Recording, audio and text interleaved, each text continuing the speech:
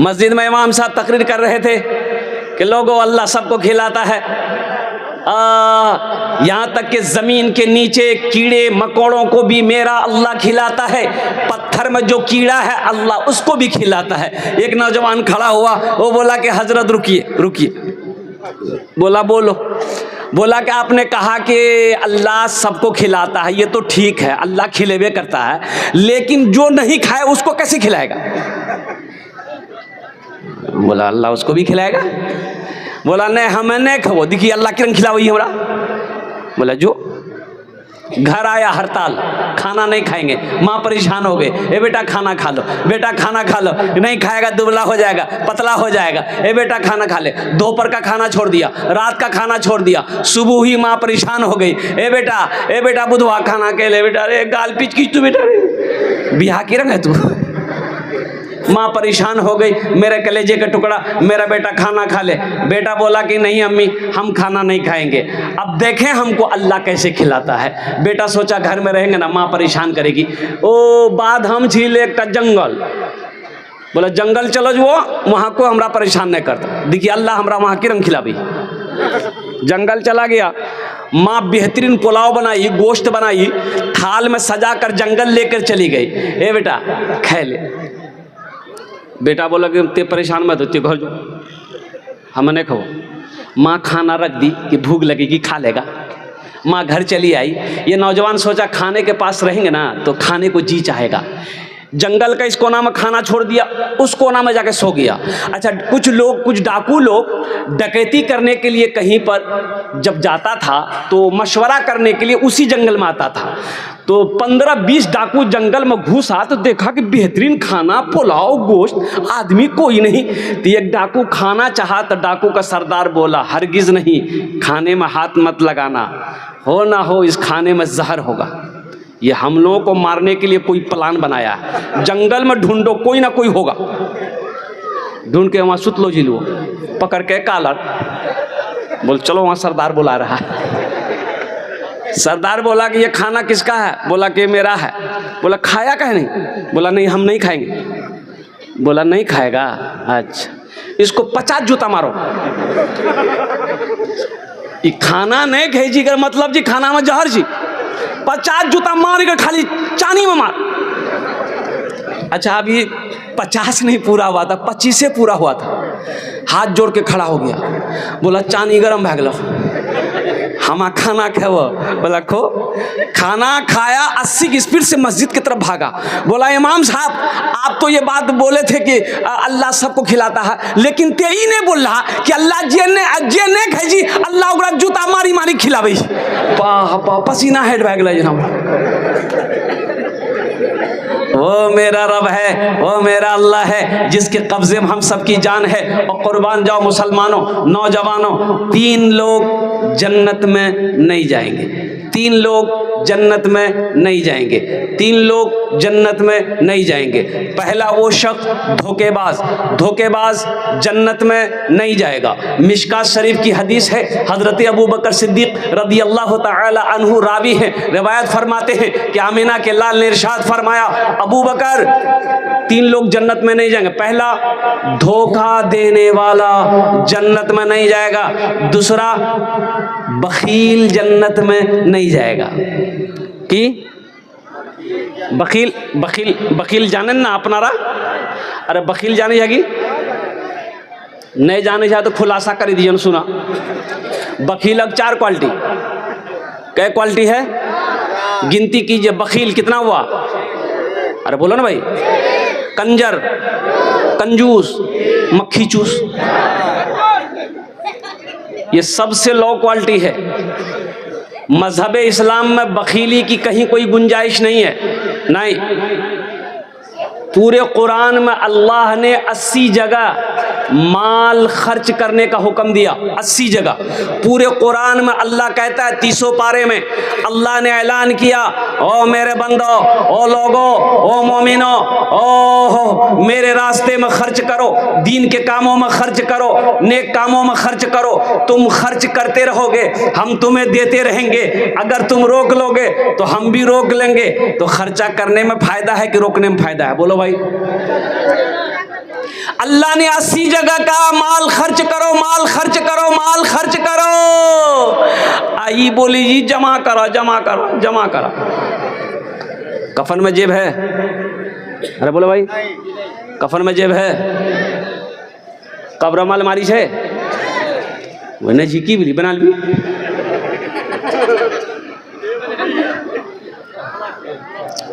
क्या लेकर जाओगे मुसलमानों? कुर्बान जाइए, ये मस्जिद का जलसा है। अब वो मस्जिद को मैंने अपनी नज़रों से देखा। कुर्बान जाओ। आज हमारी मस्जिदें छीनी जा रही है, लेकिन इस मीडिया के हवाले से मैं अभी संभल में हमारी मस्जिद में हमला हुआ, 5 बच्चे, 5 हमारा बच्चा नौजवान शहीद हुआ, 5 बच्चे हमारे शहीद हुए, मारे गए। मस्जिद को बचाने के लिए उन नौजवानों ने कहा कि हम मौत को गले लगा लेंगे, लेकिन मस्जिद में आंच नहीं आने देंगे। सुभान अल्लाह बोले तो माशाअल्लाह। भाई देखिए, हमारा घर लूटता है, लूट लो, हम फिर घर बना लेंगे। माल छीन रहे हो, छीन लो, फिर पैसा कमा लेंगे। लेकिन जब हमारी मस्जिदों पे बात आ जाएगी, मदरसों की बात आ जाएगी, हमारे ईमान की बात आ जाएगी, फिर उस वक्त हम अपनी जान की परवाह नहीं करेंगे। हम अपनी जान की परवाह नहीं करेंगे। और योगी आदित्यनाथ जी ये हो और कुर्बान जाइए। वही तो मैं कहना चाहता हूँ, सरकार भी उनकी है, पुलिस भी उनकी है, जज भी उनके हैं, कोर्ट भी उनके हैं। और कुर्बान जाओ मुसलमानों, नौजवानों, अपनी मस्जिदों को आबाद करो। अल्लाह अकबर कबीरा। एक मस्जिद हमारी बाबरी मस्जिद हमारे हाथों से चली गई है, ना जाने कितनी मस्जिदें जो उनके निशाने पर है। आज हमारी कोताहियों की वजह है कि आज हमारी मस्जिदें छीनी जा रही है। काश हम अपनी मस्जिदों का आबाद करते तो कोई माई के लाल हमारी मस्जिदों की तरफ निगाह उठाकर नहीं देखता। हमने मस्जिदों को आबाद करना छोड़ दिया, हमने नमाजें पढ़ना छोड़ दिया। अल्लाह अकबर कबीरा। हमारा ये नौजवान रात 2-2, 3-3 बजे तक मोबाइल चलाता है, दिन 10 बजे तक सोया रहता है। बताइए कामयाब होगा? ये बोलिए मस्जिद तक नहीं गिरे दी, बाबरी मस्जिद हम नहीं गिरने देंगे, गिरने नहीं देंगे। आप पलंग हम सुत लो ही।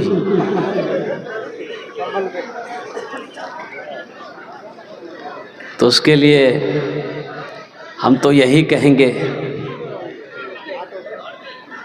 कि इंशाअल्लाह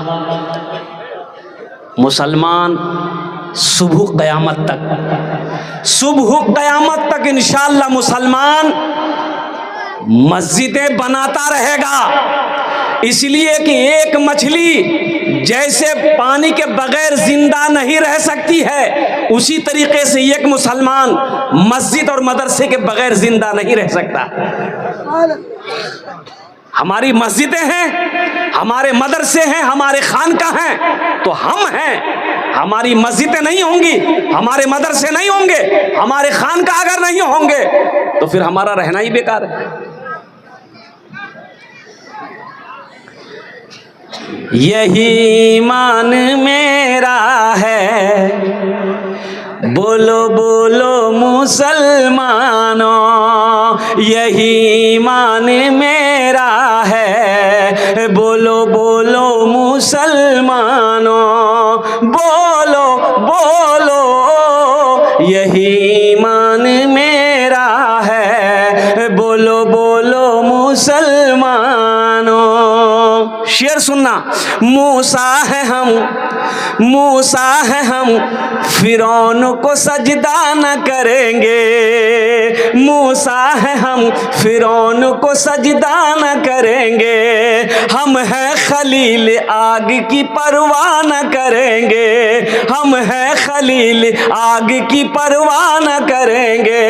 बू जहल अगर तुम हो तो हम भी बिलाली हैं। बू जहल अगर तुम हो तो हम भी बिलाली हैं।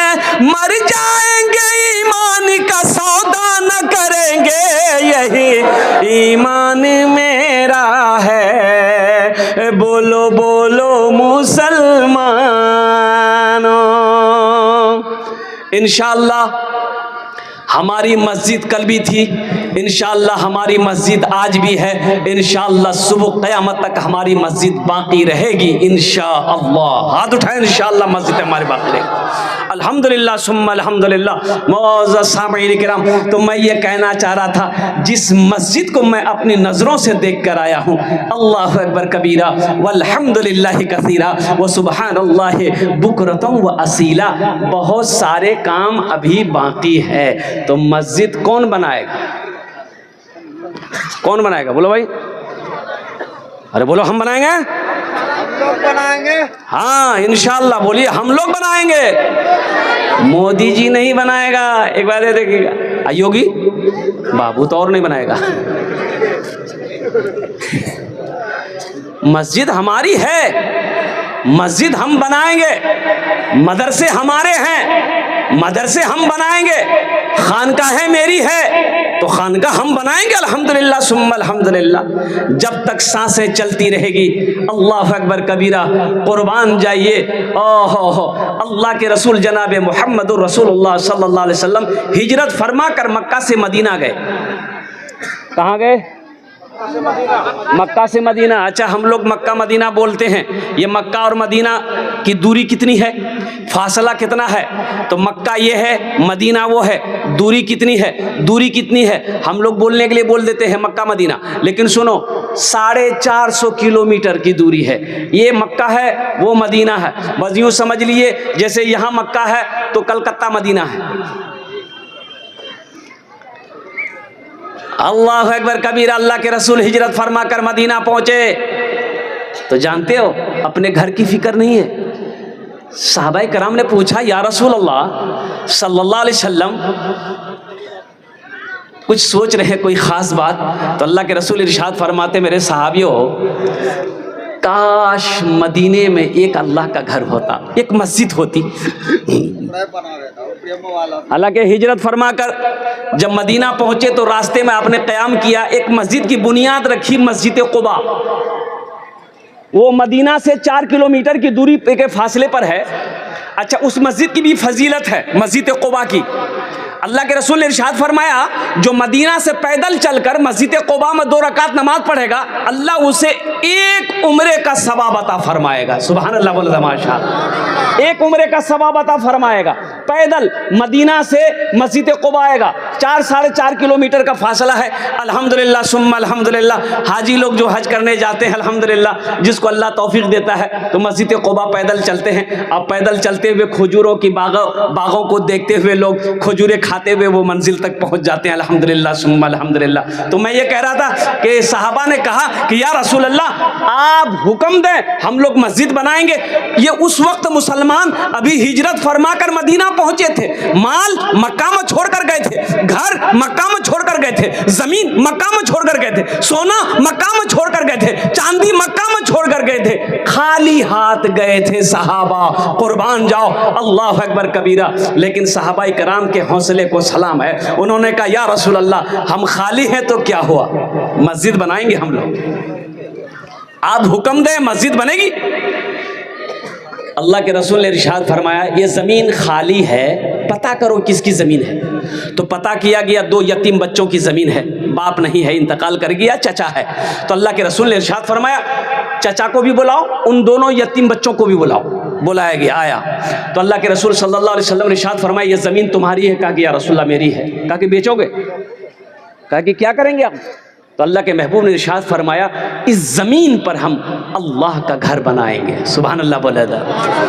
ऐ काश मदीने में एक अपना भी घर होता, ऐ काश मदीने में एक अपना भी घर होता, ऐ काश मदीने में एक अपना भी घर होता, सरकार के कदमों में हर लम्हा बसर होता, सरकार के कदमों में हर लम्हा बसर होता।